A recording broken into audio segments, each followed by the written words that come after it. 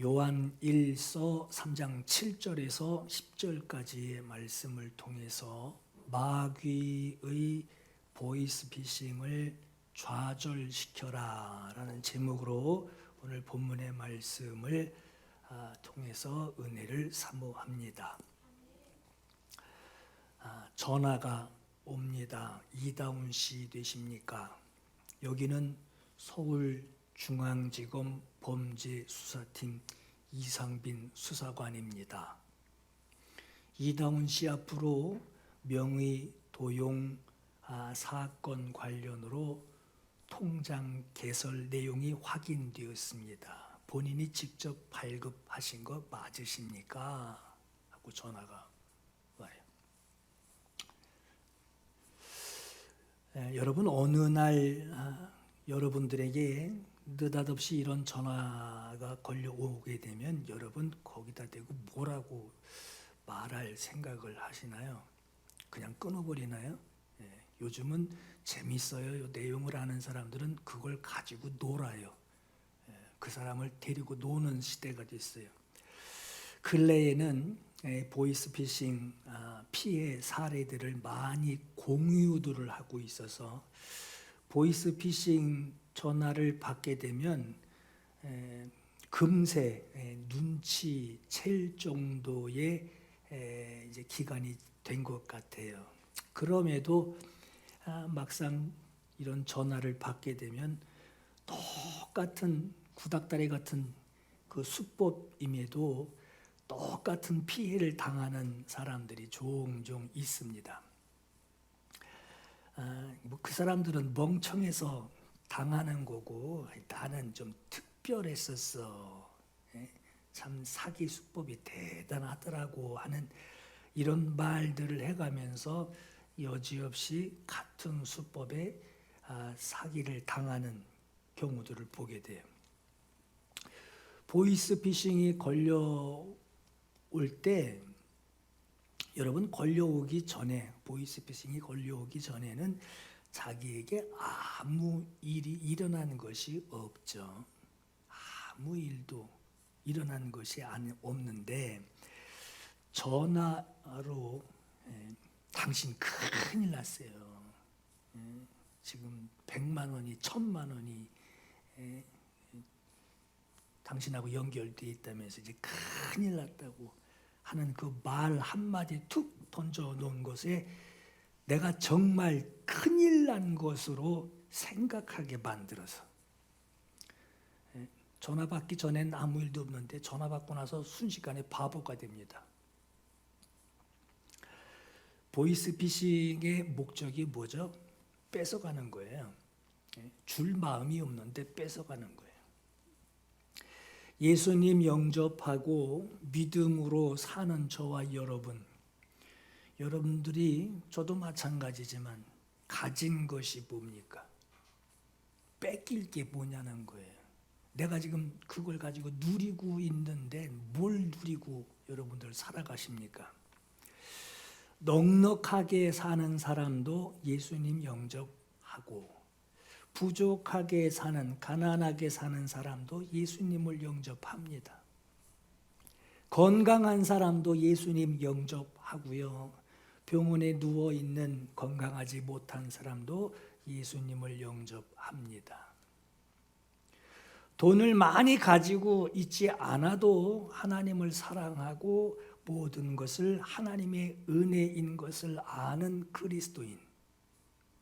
건강하지 않아도 감사할 줄 알고 병상에 누워 있어도 말씀 성경 열어서 성경 읽는 말씀을 묵상하는 그 시간만큼은 가장 행복해하는 그리스도인입니다. 그럼 이렇게 살고 있는 우리들의 모습이 다 다르죠. 어떤 사람은 풍족한 중에 예수 믿고 어떤 사람은 참 힘들지만 살아가기 넉넉하지 않지만 그럼에도 그 안에서 감사하며 예수 믿어요. 이렇게 예수는 믿는데 각각 다른 모습으로 예수님을 영접한 사람들이 공통적으로 누리고 사는 것이 뭘까요? 예수님의 십자가 공로로 죄사함 받았어요. 잠시 머물러 사는 이 세상에서 하나님의 자녀된 신분으로 살아갑니다. 예수님의 심장으로 영원히 살아갈 수 있는 그 생명을 예수께 이식을 받고 생명을 이식받고 영생을 얻었어요.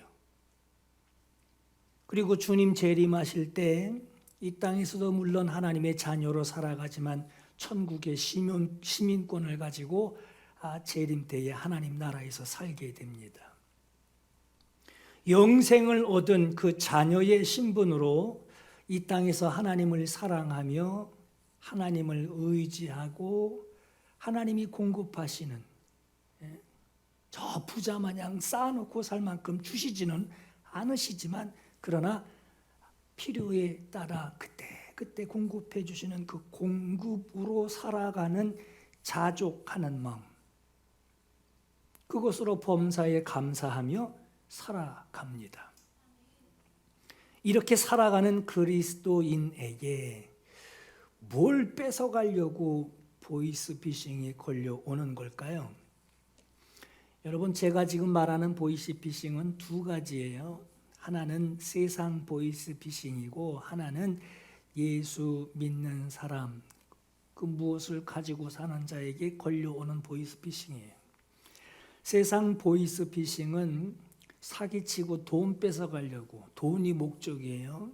통장에 돈만 빼가면 되는, 그리고 그걸로 일이 다 끝나는 것이 세상 보이스피싱이지만 예수님의 생명으로 살아가는 그리스도인에게 느닷없이 나를 바보로 만들어버리는 그 보이스피싱은 돈이 목적이 아니라 하나님이 내게 주신 그 생명을 빼앗아 가려고 하는 거예요.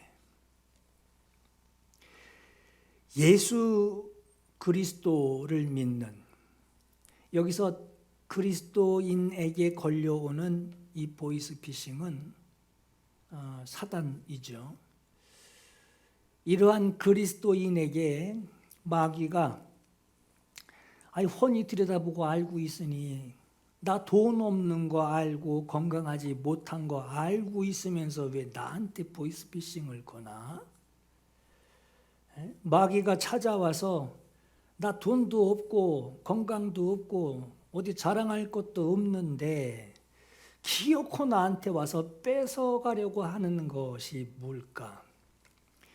우리가 하나님께 받은 예수님의 공생애의 열매, 예수님의 공생애의 그 열매로 내게 주신 영생, 그 영생을 뺏어가려고 나에게 찾아오는 거예요.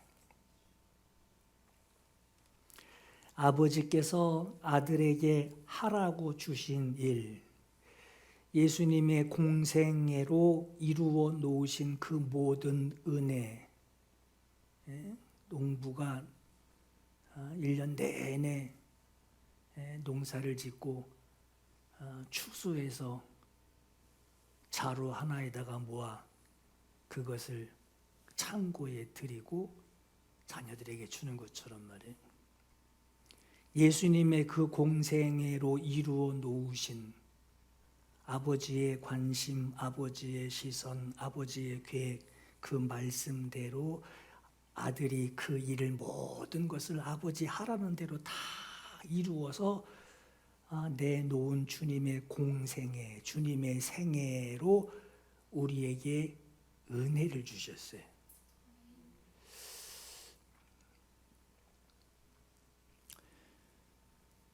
마귀는 하나님이 하시는 일을 막지 못합니다. 그죠? 하나님이 하시는 일을 마귀가 못 막아요. 못해! 하고 막을 수 없단 말이에요. 빛이 어둠을 어찌 내쫓지 않겠어요? 어둠이 빛을 어떻게 가로막을 수 있겠어요? 마귀는 하나님이 하시는 일을 가로막을 수 없어요. 가로막을 수 없지만 하나님이 하시는 일로 주셔서 받은 자에게 거짓으로 사기치고 빼앗는 것은 가능하기에, 과거에도 하나님이 천지 만물 창조하시고 맨 마지막 날에 아담에게 하와에게 그 모든 것들을 다스리고 번성할 수 있는 그 축복을 주셨죠. 하나님이 창조하신 그 모든 것을 아담에게 주셨을 때도 사단이 아담에게 찾아와서 거짓말로 아담을 속여서 그 모든 전권을 다 뺏어가죠. 하나님이 주셨지만 받는 자에게 뺏어갈 수는 있단 말이에요. 하나님께서 아들을 통해서 이루어 놓으신 모든 그 공생애의 은혜들을 우리에게 주셨어요. 그것이 영생이에요. 그 영생을 우리가 받았지만 내가 받은 것을 무효로 만들어버리는 마귀의 방법이 있단 말이에요. 영생 받은 자가 받은 것을 스스로 내놓게 하는 거예요. 예수 그리스도의 공로로 우리가 받은 것 뭐냐? 영생이에요. 영생. 사는 모양이 다 달라요. 어떤 사람은 예수 믿고 막 그냥 부자 되고 뭐 되고 뭐 되는 게 예수 믿는 목적으로 생각하지만, 그러나 사는 모양이 다 다르단 말이에요. 병원에 누워가지고 예수 믿고 눈물 흘리며 감사하는 자가 있고, 가진 것이 없지만 하나님 오늘도 하나님 공급해 주셔서 감사해요. 살게 해 주셔서 감사해요. 없는 것으로 하나님의 크심을 알게 해 주셔서 감사해요 하고, 사는 모양은 다 다르지만 그러나 그들 각자에게 주신 것이 있단 말이에요. 영생이에요. 영생을 받아서 하나님을 사랑하게 됩니다. 많이 있어서 사랑하는 게 아니에요. 가진 것이 적어도 하나님 사랑하고, 몸이 아파도 하나님 사랑하고, 그 사랑을 알기 때문에, 하나님이 나를 얼마만큼 사랑하시는지를 알기 때문에 믿지 말래도 믿음이 가는 거예요. 마귀는 영생 얻은 자에게 보이스피싱 하듯이 돈을 구하러 오는 것이 아니라 우리 속에 있는 영생을 빼앗아 가려고 사기치려고 오는 거예요. 마치 여러분 예전에 그 왜 한약 다려가지고 그 몇 시간을 다려서 나중에 그냥 쪼리고 또 쪼려서 거기서 모시 삼배에다가 약 집어넣고 비틀어 짜듯이 말이에요. 터져라 하고 짜잖아요. 그냥 아주 그냥 한약을 비틀어 짜내듯이, 그 짜내는 것처럼 아들의 통곡, 아들의 눈물, 하나님의 아들이 우셨대요. 하나님의 아들이 통곡하셨대요. 하나님의 아들이 간구하셨대요.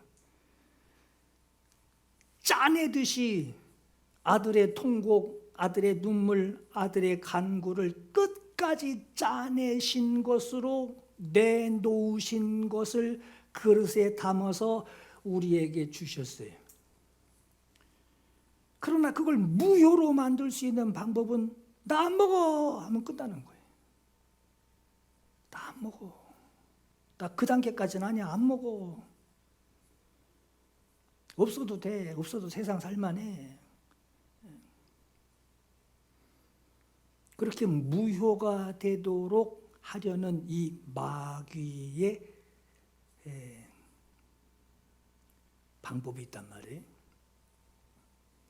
거짓말의 씨, 거짓의 씨를 은혜 받은 사람의 그 마음밭에다가 톡 하고 던져놓습니다. 일어나지도 않은 일, 고민할 필요도 없는 일을 너 큰일 났어, 그 한마디에 고민하게 만들어요. 나 정말 큰일 났구나. 자기를 미혹하는 자에게 귀를 기울이면서 어떻게 해야 돼요? 그럼 어떻게 해요? 제3자가 날 보면은 저런 멍청한 저 이럴 텐데 거기에다 귀를 기울이고 집중하고 있으니 남들이 볼 땐 멍청한 짓을 나는 자연스럽게 하게 돼요. 이러한 상태까지 가게 되면 어느 누구라도 과거에 신앙생활 대단했던 사람이라도 이런 상태가 되면 누구라도 신앙의 길을 잃어버리게 됩니다. 딴 사람이 날 보면은 바보예요. 근데 나는 되게 진지해요. 정신이 없이 그냥 진지해요. 예수님의 공로로 내게 아주 짜서 아주 한약 짜듯이 짜가지고 끝까지 마지막 한 방울까지 짜가지고 그릇에 담아서 내게 주었는데 그걸 마시지 못하고 그 영생하는 그 믿음을 이 상태가 되면은 아주 엉망으로 만들어지게 됩니다. 예수 믿는 사람들이 종종 오해하는 것 중에 하나가 돈 많이 버는 거, 120살까지 사는 거, 세상에서 어디죠 마트 같은데 함부로 다니지 못할 정도로 유명 인사가 되는 거, 그거를 예수의 공로로 얻게 되는 열매라고 생각해요. 예수님의 공로로 내가 이런 사람이 되었다라고 그렇게 착각들을 합니다. 그래서 부정적인 또 결과가 나오죠. 집에 경제가 어려우면 하나님은 나한테 멀리 계시고 사단이 나를 공격했다는 것을 알아요. 운동하다가 잠깐 삐끗해가지고 어디 하나 부러지거나 찢어지기라도 하면은 하나님 멀리 계시고 사단이 날 넘어뜨렸다고. 청년들 연애합니다. 연애하다가 잘 되면 괜찮은데 또 한 번에 안 되죠. 실현당한단 말이에요. 그럼 하나님 나 멀리 계시고 사단이 날 공격했다고 그러고. 물론 사단은 생활을 어렵게 할 수 있어요. 사단이 운동하다가 다리 부러지게 할 수도 있어요. 사단이 연애하다가 아주 시계 차이게 할 때도 있단 말이에요. 그럴 수 있어요. 그러나 여러분, 지금까지 살아오면서 경제적으로 어려움 겪지 않은 사람이 어디 있어요? 다들 뭐 보릿고개는 잘 모르겠지만 하여튼 누룽지 고개라도 갔단 말이에요.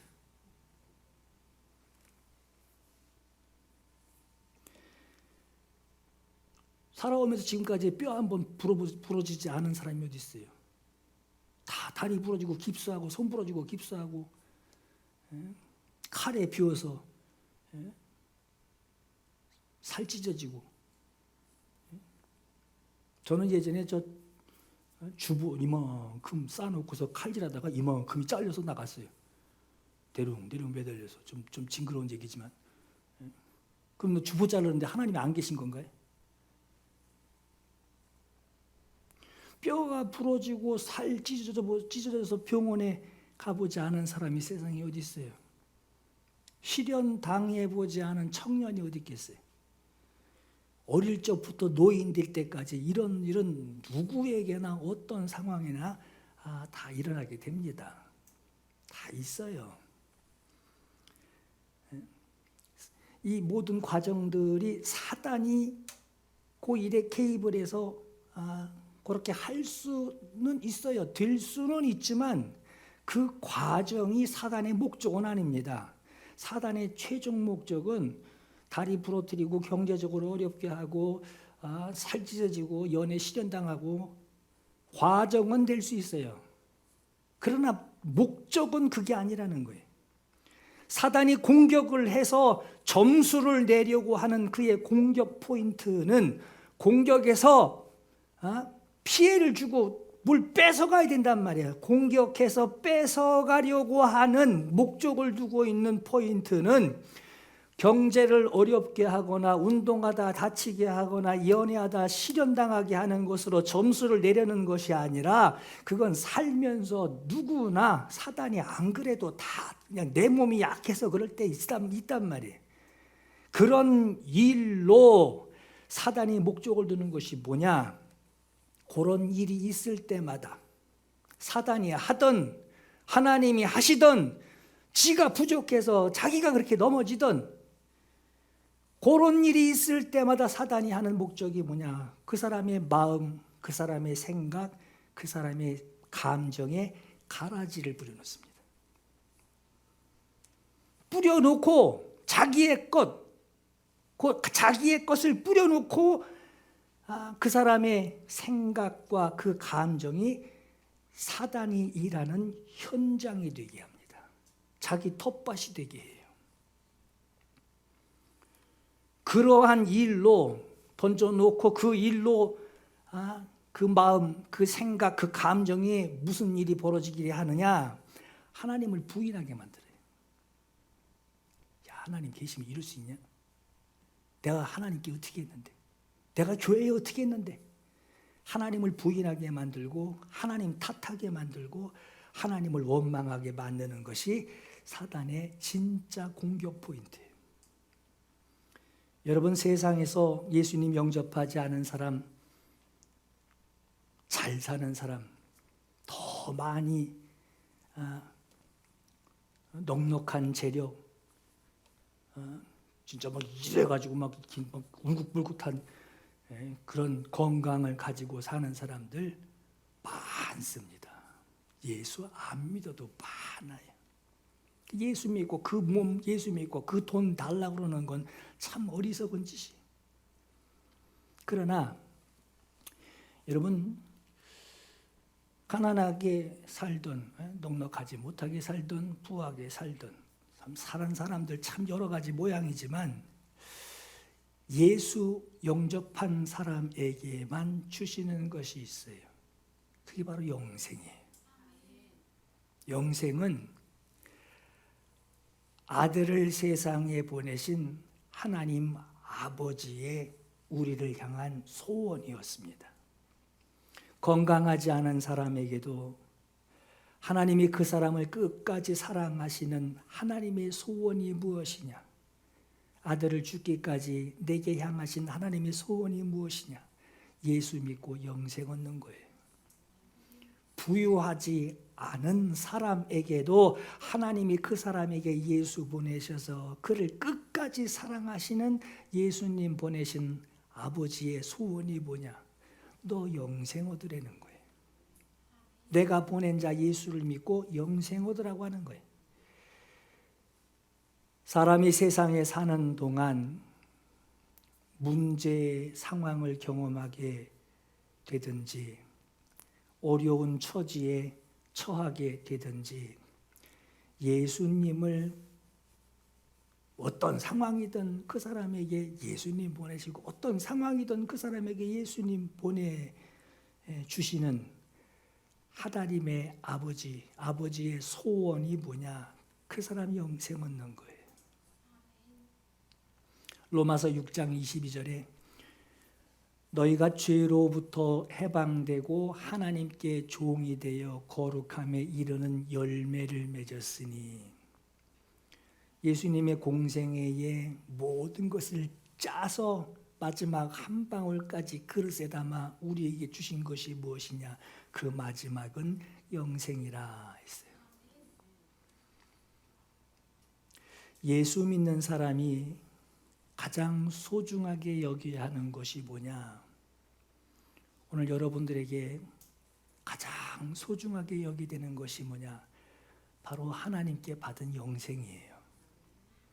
영생은 왜 영생이냐? 영생은 예수님의 생애와 그분의 공로로 짜서 내게 주셔서 내가 받은 예수님의 공생애의 열매예요. 그분의 열매란 말이에요.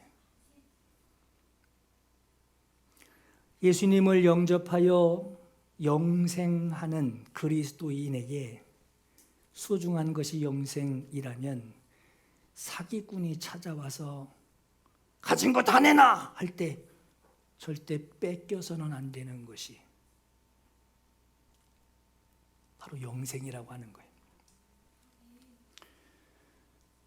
그 사람 가진 거 물질, 건드리지 않아도, 그 사람이 가진 건강 건드리지 않아도, 아니 오히려 내가 건강 줄게, 내가 경제적인 물질을 줄게 하는 것을 미끼로 사용해서라도 뺏어가려고 하는 것이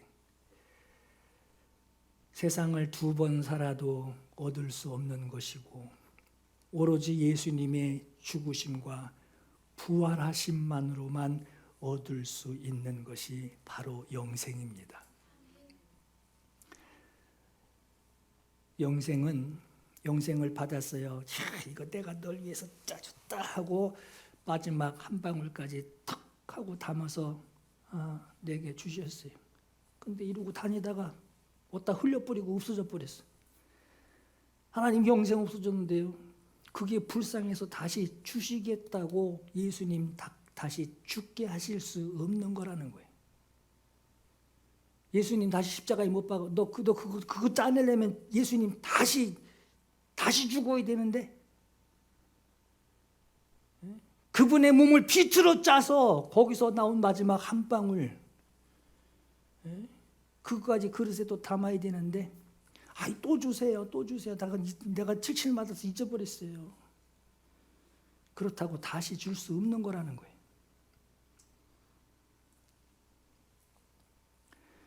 우리가 얻은 이 영생, 내가 받은 것 중에 가장 소중한 겁니다.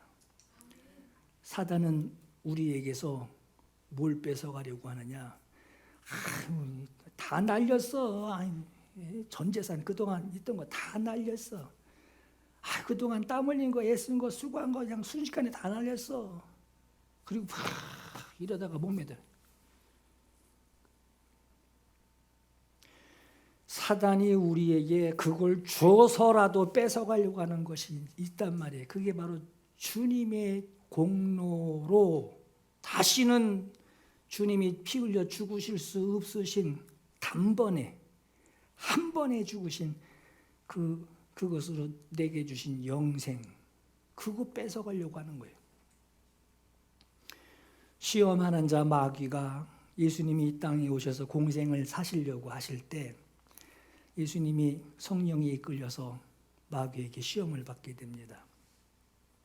마귀가 예수님 데리고 천하 만국 영광, 그 모든 영광을 내려다볼 수 있는 높은 산에다가 예수님을 올려다 놓고, 너 내게 한 번만 절하면, 한 번만 내게 2손 들고 경배하면 이거 다 떠줄게. 거짓말이 아니에요. 공중 권세 잡은 자란 말이에요. 세상 왕 임금 역할하는 자란 말이에요.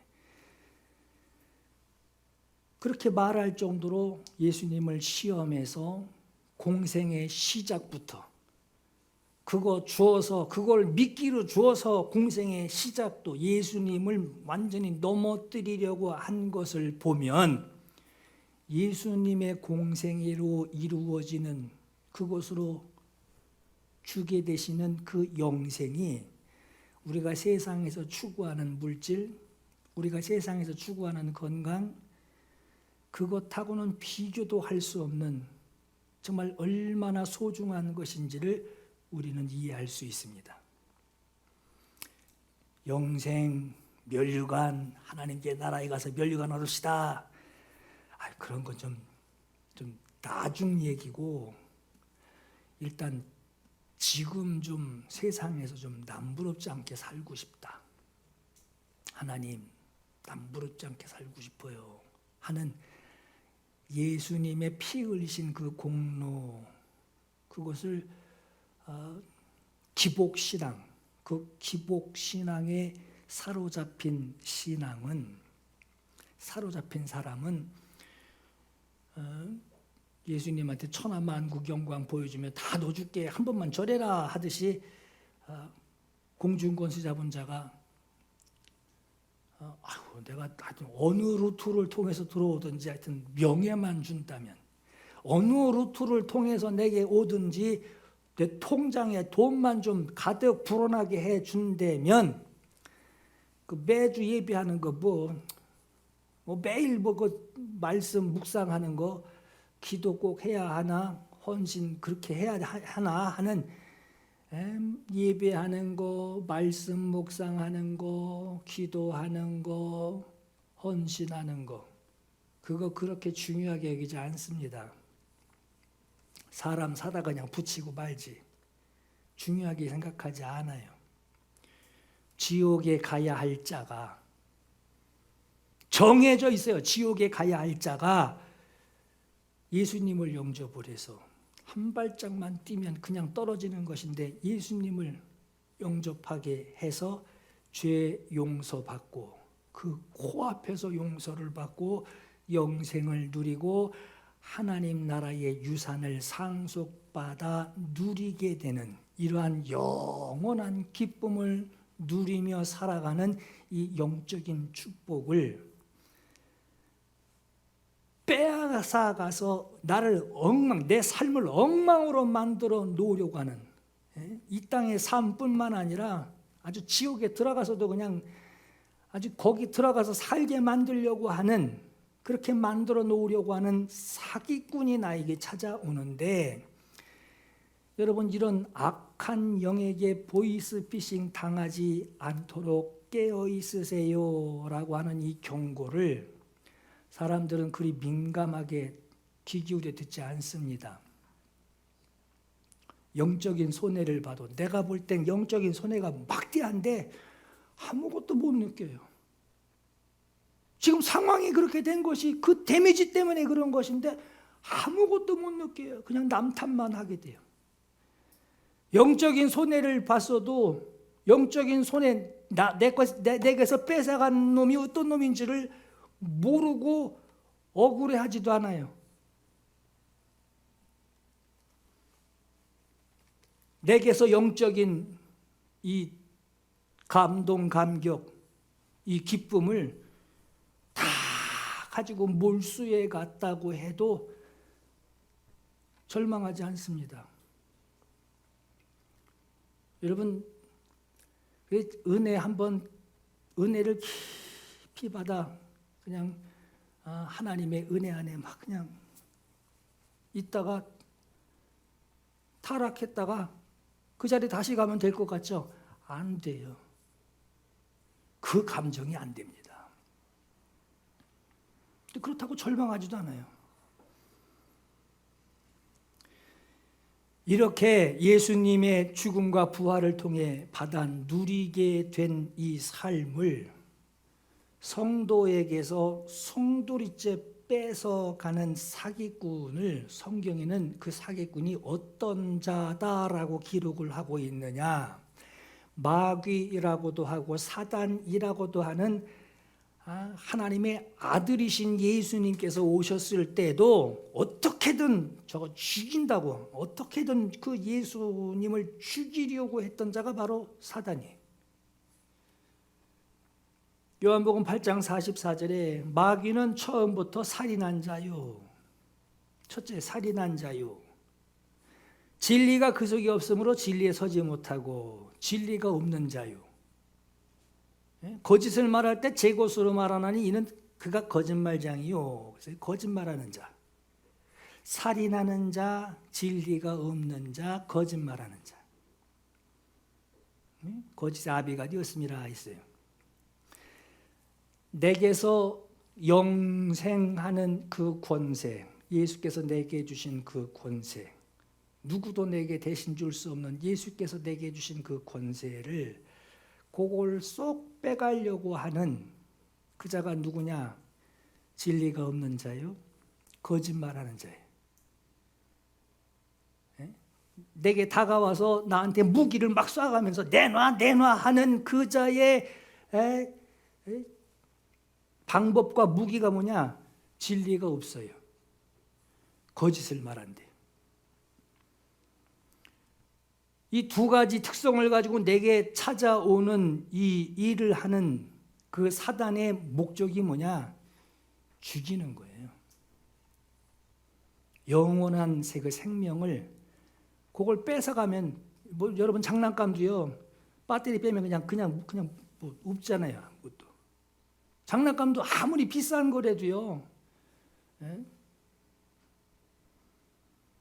이 믹서기도 여러분 전원 빼버리면 그냥 고철덩어리예요.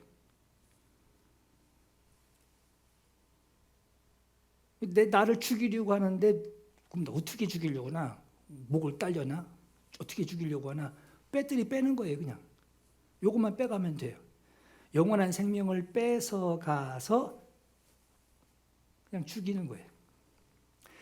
우리가 세상에 사는 동안 여러분 어떤 처지, 어떤 환경, 어떤 삶, 어떤 부유함, 어떤 부족함을 그걸 그 속에서 살아가는 그 형편으로 어떤 형편으로 살아가든지 살아가는 형편이 여러분 중요한 게 아니라 돈은 있다가도 없고 없다가도 있는 거예요. 우리 그렇게 말하죠. 맨날 있었으면 좋겠지만 그렇잖아요. 그러나 살아가는 형편은 바뀌어요, 계속. 근데 이게 중요한 게 아니라 나에게서 하나님이 선물로 주신 예수님을 짜내서 예수님이 간구하시고 통곡하시고 눈물 흘리게 하심으로 땀방울 떨어짐이 핏방울 떨어짐과 같았더라 하는 그 마지막 있는 힘을 다해서 자기가 살아가는 자를 살아가시되 끝까지 살아가시니라 하신 그 선물로 주신 그 영생을 내게서 뺏어가려고 거짓된 말로 나를 속이는 일이 내 이 마음과 생각에서 이걸 빼가려고 하는 그 작업들이 좌절되게 해야 합니다. 마음과 생각을 다스려야 한다는 거예요. 마귀도 여러분 그가 제일 먼저 처음부터 살인한 자라 그러죠. 자기도 하나님께 제일 먼저 심판받아서 지옥에 들어가도 먼저 제일 1번으로 들어가야 할 신세가 바로 마귀예요. 주님 재림하실 때 모든 사람을 죄인으로 만들어놨던 자가 마귀예요. 근데 자기가 모두 다 죄인으로 하나님을 대할 수도 없는 그 처음부터 살인한 자가 모두를 죄인 만들어놓은 자기가 만들어놓은 이 죄인들이 어느 날부터 예수님 영접하고 죄를 벗어버리는 죄를 해결해버리고 있으니까 이걸 보이스피싱을 해서라도 그 속에 있는 그 생명을 끄집어 뜯어내야 된단 말이에요. 이 보이스피싱을 해서라도 결국엔 죄의 굴레 안으로 너희 다시 들어와 원래 고향이 이쪽이야 니네 하고 다시 불러들이게 만들어서 자기랑 똑같이 지옥에 들어가서 자기 환경에 맞춰놓은 그 지옥에 사람을 끌고 들어가려고 그래요. 그래서 사기치는 거예요. 사기치는 방법을 예수께서 씨 뿌리는 자의 비유를 통해서 말씀해 주셨어요. 예수 그리스도의 공로를 귀로 들어서 알고 있는 사람을 끝까지 마치 여러분 이단들 그냥 끝까지 그냥 그 사람 끌어내려고 통성기도 그냥 밤새가며 기도하면서 끄집어내려고 하듯이 말이에요. 복음을 들어서 예수님의 공로가 무엇인지를 알고 있는 사람을 끝까지 그 공로를 의지하지 못하도록 끄집어내려고 하고 예수 그리스도의 그 십자가 공로를 듣게 되었지만 들은 것을 그냥 마음속에 또 그 마음밭에 뚝 떨어져서 이게 뿌리 내릴까 봐 그 깨닫기도 전에 그거 홀랑 빼가는 예수 그리스도의 십자가 공로를 듣게 되었어도 믿음 때문에 당하는 하나님 믿는 그 믿음 때문에 당하는 그 시련들을 겪게 해서 하나님 부인하고 넘어지게 하고 예수 그리스도의 십자가 공로를 듣게 됐어도 지내는 동안에 염려, 재물, 경제, 세상에서 누릴 수 있는 향락 왜 우리 집은 여기 남의 집은 많은데 우리 집만 없어. 세상에서 누릴 향락 그곳에게 막혀서 내 마음과 생각을 갈아엎게 하려고 하는 거예요. 말씀을 심었는데 그걸 갈아엎으려고 그러는 거예요. 여러분, 그 배추 파동 날 때 말이에요. 배추 농사꾼이 아주 그냥 나라 경제 망쳐먹었다고 그냥 정부 막 뭐라 그러면서 정부가 이렇게 해놨다고 그러면서 배추 가지고는 돈벌이 안 된다고. 파는 것도 심은 것, 여지껏 기른 거 본전도 못 찾는다 그래가지고 배추 파동 때 배추밭 다 갈아엎듯이 말이에요. 영생하는 말씀의 씨가 내 마음밭에 떨어졌는데 이 마음밭에 떨어진 이 말씀이 지금 사는 이 경제에 별로 도움이 안 된다고 생각하고 갈아엎는 거예요. 그게 배추밭 갈아엎는 거예요. 그럼 진리는 없고 거짓말하는 자인 이 마귀가 우리에게 찾아오는 최종 목적, 믿음을 배반해서 죽이는 것이 마귀의 최종 목적인데 어떻게 우리에게 이런 일이 일어나게 하느냐? 보이스피싱하고 똑같습니다. 여러분, 마음을 지키고 생각을 지키는 것이 참 중요해요. 여러분, 마음 지키시고 생각을 지키시길 바라요.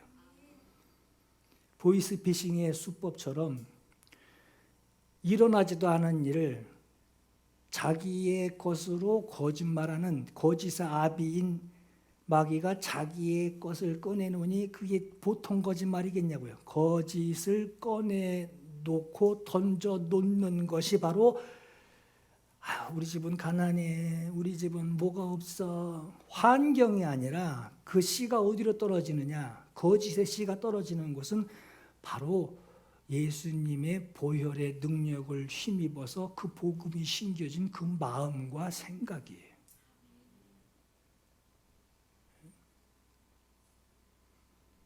마음과 생각.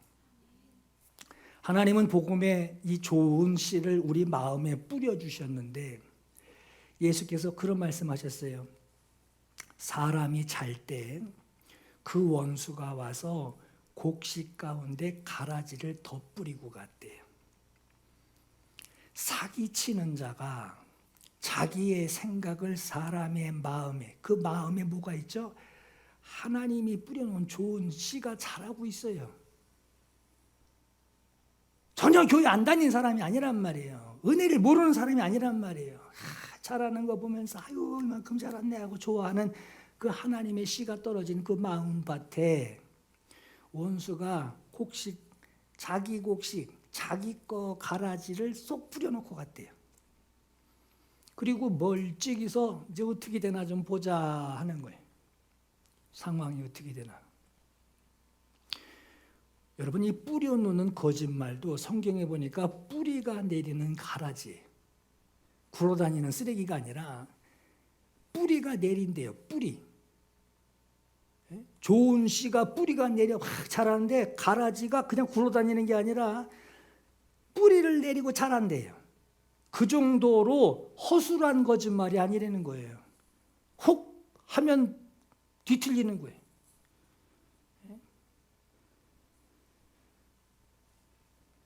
보세요. 하나님의 아들 예수 그리스도를 십자가에 당당히 죽일 정도의 교묘한 거짓말. 그런 거짓말로 우리 마음밭에 던져놓대요. 던져놓고 그거 붙들고 고민하게 만들고 그거 던져진 그 말 한마디 듣고 나서 하나님의 은혜가 보이지 않기 시작해요. 그렇게 만들어 놓고 사기치는 놈이 바로 사단입니다. 예수께서 말씀의 씨를 뿌려놓은 곳은, 뿌려놓은 그 밭은 우리 사는 생활 형편이 아닙니다. 사람들이 이거 참 오해하고 있어요. 예수께서 말씀의 씨, 생명의 씨를 뿌려놓은 것은, 그 밭은 우리 사는 부유함과 가난함의 그 현장, 그 형편이 아니라 사람의 마음밭에 뿌리신 거예요. 생활이 넉넉하지 않은 사람도, 생활이 부하게 살아가는 사람에게도 하나님의 말씀은 떨어집니다. 그 마음에 떨어진다는 거예요. 세상 누구도 알아주지 않는 세상 사람이래도, 세상에 누구도 인정해주지 않는 사람에게도 세상에서 이름만 대도 그 사람 아느냐고, 그렇게 유명한 사람에게도 똑같은 하나님의 말씀이 떨어집니다. 마귀가 자기 거짓말을 뿌려놓은 그 곳이 어디냐? 우리 생활 형편이 아니에요. 여기 참 사람들 착각 많이 합니다. 말씀의 신은요, 우리 집 안방에, 부엌에, 뭐 저 주차장에, 그냥 뭐 옥상에 뿌려진 게 아니라 내 마음에 뿌려진 거예요. 근데 내 마음에 지금 뭘 뿌린 거예요? 가라지를 뿌렸어요. 거짓말을 뿌렸단 말이에요. 있지도 않은 일. 예수께서 날 위해 죽으셨고, 너 천국 간다. 너 예수 믿고 넌 영생 얻었다. 영생이 어디 있어? 그 얘기 듣고 네가 무슨 영생이 어딨냐? 그냥 너 예수님 봤어? 그 한마디에 들여다보고 없네, 때밖에 없네. 그렇게 보기 시작하는 거예요. 거짓을 뿌려놓는 거예요. 요한복음 13장 2절에 마귀가 벌써 시몬의 아들 가롯 유다의 마음에 예수를 팔려는 가라지 생각을 넣었대요. 여러분, 보이스피싱 하는 사람들 그 생활기록 펴놓고서 전화하진 않죠. 전화 받는 사람이 누군지, 그 사람이 어떻게 사는지 그런 거 몰라요. 그냥 막 겁니다. 서울 검찰청에도 전화가 온 적이 있대요. 어떻게 사는지, 그 사람이 부자인지 거지인지도 모르고, 그냥 형편도 모르고, 그런 거 저런 거 가리지도 않고 누구에게나 전화를 하듯이, 예수 믿는 사람이 어떻게 그 사람들 다 다르라고 그랬죠. 이렇게 사는 사람, 저렇게 사는 사람, 감사하는 사람, 힘들어하는 사람, 믿는 사람의 생활 환경이 다 달라요. 어떻게 살든지 이런 거 저런 거 가리지 않고 영생 얻은 사람이면 누구에게나, 영생을 가지고 있는 사람이면 누구에게나 그 사람의 마음과 생각을 혼란스럽게 만들어서 그 영생만 쏙 빼가는 거예요. 하나님의 은혜에 감격하고 믿음과 사랑을 고백하는 내 마음, 하나님께 사랑하는 그 마음, 그 생각, 거기에다 거짓말을 뿌려놓은 거예요. 뿌려놓고 은혜 받은, 은혜가 있어요. 은혜가 있어요. 은혜가 없는 게 아니에요. 은혜가 있어요. 잘하고 있단 말이에요. 은혜 받은 감격이 가라지로 어둡게 되고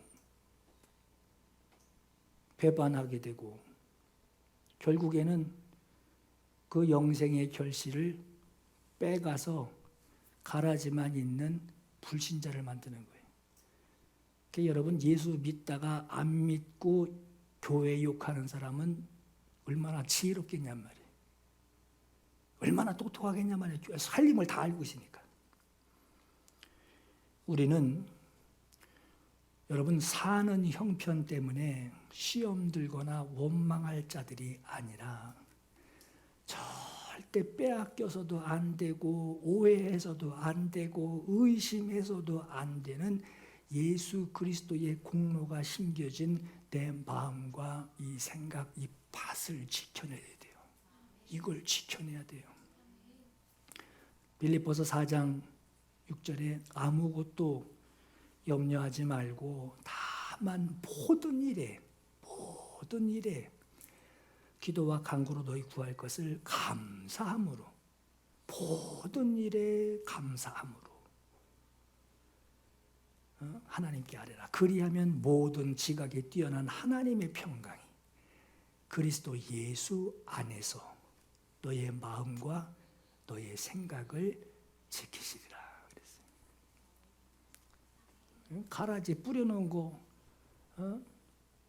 주님이 지키신대요. 좋은 열매들을 지키신대요. 여러분, 보이스피싱 사기꾼이 나에게 무슨 거짓말을 하고 있는지, 저게 나한테 전화를 해가지고 뭘 빼가려고 하는지를 알고 있으면 그 전화 내용을 가만히 듣고 웃음이 나지 않겠어요? 웃음이 날 거란 말이에요. 어디입니다. 웃음이 날 거란 말이에요. 아닌 척 속이고 있는 것을 알고 있으면 그게 더 웃겨요. 배를 잡고 웃지 않겠냔 말이에요. 그 계획, 그 말의 내용이, 그 진도들이 내가 알고 있는 것으로 좌절되지 않겠냔 말이에요. 여러분, 아주 재미있는 하나 좀 볼게요. 이유기 씨 되시죠? 네. 예, 수고하십니다. 서울중앙지검의 오명규 수원이라고 합니다. 네. 왜 웃으세요? 아니, 자꾸 경찰직원이라고 해서 전화가 와서요. 계속 이런 전화 받으셨어요? 네, 지금 4번째인데. 우리 여성분이 검찰서 처음 받으시죠? 에? 여러 번 받았지. 여러 번 받았다. 예, 여러 번 받으셨어요? 너무 잘 모르시면은 수상한지 알려주셔야 되는데.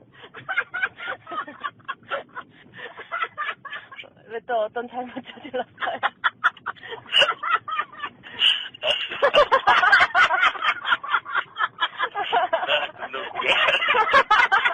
아침부터 고생 많으세요. 아니, 경찰 기사에서 자꾸 전화 와서. 알았어요. 그만 듣고. 여러분, 아주 심각하게 얘기를 해요. 어딘데 당신 뭐 큰일 났다고 얘기를 해요. 심각하게 말해주고 있는 그 보이스피싱의 내용을 알고 있으면요, 웃게 돼요. 오늘 저와 여러분이 사단의 보이스피싱에 웃을 수 있는 사람이 되셔야 돼요. 알고 있어야 돼요. 큰일 났네, 큰일 났네. 우리 목사님 요즘 기도 안 하시나 봐. 큰일 났네. 거기에 휘말려가지고 말이에요. 웃을 수 있는, 오늘 난 너무 속 시원해가지고 지금 여러분 들려드린 거예요. 저렇게 배꼽 잡고 웃을 수 있는 그 알고 있는 그 사실이 얼마나 통쾌한가. 마귀는 열심히 마귀가 가장 열심히 일하는 곳이 어디냐? 아주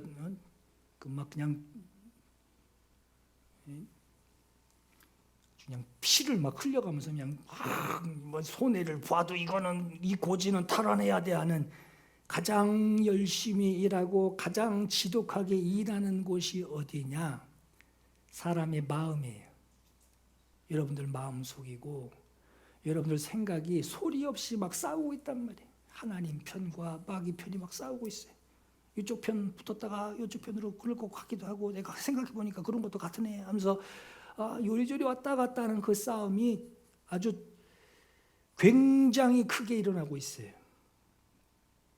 받은 은혜 감사하고 받은 사랑에 감사하고 천국의 소망을 두게 된 그리스도인, 진짜 그리스도인이 되었다면 예수께서 주시는 생각으로 속삭이는 그 마귀의 일을 여러분 좌절시키라고 하는 거예요.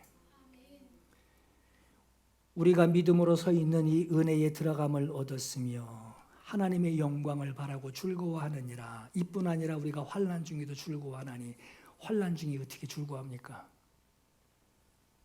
이게 가능한가요? 환난 중에 어떻게 즐거워합니까? 우리 집 불 잘 타네. 이 정신 나간 거 아닌가요? 근데 여러분 그 앞에 보세요. 하나님의 영광을 바라고 즐거워하느니라. 내게 주신 이 속에 담긴 하나님이 짜서 주신 것, 그 영광을 바라고 즐거워하느니라. 이는 환난은 인내를, 인내는 연단을, 연단은 소망을 이루는 줄 알미로다. 여러분 아까 아니까 웃잖아요. 아니까 웃잖아요. 심각하게 들이밀었는데 막 웃고 있잖아요. 환난은 인내를, 인내는 연단을, 연단은 소망을 이루는 줄 내가 알미니라. 소망이 우리를 부끄럽게 하지 아니함은 우리에게 주신 성령으로 말미암아 하나님의 사랑이 어디에 부어져요? 내 마음에 부어졌대요. 여러분 이거 그동안 그냥 방치했었죠. 아유 저게 3대면 저게 4대면 좋겠어. 나 그것만 관심 있지 여기 뭐. 마음에 부어졌대요. 저 상황이 어떤 상황이 돼도 이 마음 하나님의 영광을 바라고 보고 즐거워하는 것이 아니라 눈을 감아도 즐거워요. 요한복음 14장 26절에 아버지께서 내 이름으로 보내실 성령 그가 너희에게 모든 것을 가르치시고 내가 너희에게 말한 예수께서 나에게 말씀하신 그 모든 것을 생각나게 하신다. 마음에 부어주시고 생각나게 하신대. 골로새서 3장 15절에 그리스도의 평강이 너희 마음을 주장하게 하라. 주님의 평강, 하나님의 영광을 바라고 즐거워하는 주님이 내게 주신 이 평강이 너 마음을 주장하게 해라. 너희는 평강을 위하여 한 몸으로 부르심을 받았나니 너희는 감사하는 자가 되라. 하나님의 그리스도의 말씀이 너희 속에 풍성히 거하여 주님의 말씀이 네 안에 풍성히 거하여 생명의 말씀을 뿌린다 그러죠. 이 씨는 하나님의 말씀이요 그랬어요. 그리스도의 말씀이 너희 안에 풍성히 거하여 무럭무럭 자라. 가르치며 권면하며 신령한 노래를 부르며 감사하는 마음으로 하나님을 찬양하고 무엇을 하든지 이 상태에서 무엇을 하든지 말하는 것이나 일하는 것이나 다 예수 이름으로 하래. 그분을 힘입어서 이 안에 있는 주님이 주신 영생, 주님의 심장이에요. 그를 힘입어 하나님 아버지께 상황 때문에 감사하는 게 아니에요. 영생을 주시니 감사한 거예요. 아버지께 감사하라. 여러분이 사는 모습이 어떤 상황이든 어떤 처지에 있든 예수님의 공로가 예수님의 공생애가 여러분을 주장하게 하시고 그분이 주인 되어 여러분을 주장하게 하시고 어떤 상황에도 받은 은혜에 감사하는 자가 되기를 축복합니다. 어떤 상황에서도 여러분에게 분명히 온단 말이에요. 거짓을 뿌려놓고 사기치려고 오는 자가 있단 말이에요. 사기치려고 들어오는 그 마귀의 일이 여보세요 할 때 까르르 웃을 수 있는 그 일을 좌절시킬 수 있으므로 빼앗기지 않는 영생을 소유한 여러분 되시기를 예수 이름으로 축원합니다. 함께 기도할게요. 기도에 감동이 있길 바랍니다. 마귀는 처음부터 범죄함이라. 하나님의 아들이 나타나신 것은 마귀의 일을 멸하라 하심이라. 하나님께로부터 난 자마다 하나님의 씨가 그 속에 거함이요. 범죄하지 못하는 것은 그것이 주장하셔서 그가 그 말씀이 내 안에 주장하셔서 내가 범죄하지 못하는 것은 가라지가 자라지 못하는 것은 하나님께로부터 났음이라. 주님, 마귀의 일을 멸하러 오신 우리 주님, 주의 의도대로 거짓된 마귀의 일을 오늘 내 마음에서 좌절시킵니다. 예수님의 공생애로 내 마음이 뜨겁게 하시고 예수님의 말씀으로 거짓 속삭임을 내가 분별할 수 있는, 그리고 걱정하는 것이 아니라 웃어버릴 수 있는 그런 지혜를 내게 주옵소서. 두 번째는 영생의 기쁨과 감격이 식어지지 않게 하시고 영생하는 나에게 감사와 찬양이 충만하게 하여 주옵소서. 아버지의 뜻, 내 아버지의 뜻은 아들을 보고 믿는 자마다 영생을 얻는 이것이니 마지막 날에 내가 그를 살리리라 하신 주님의 말씀, 주님 마지막에 그때의 영광을 사모하며 주님 이 감격, 이 기쁨 식어지지 않고 속지 아니하도록 하나님 역사해 주옵소서. 이 시간 우리 사모하며 기도하겠습니다.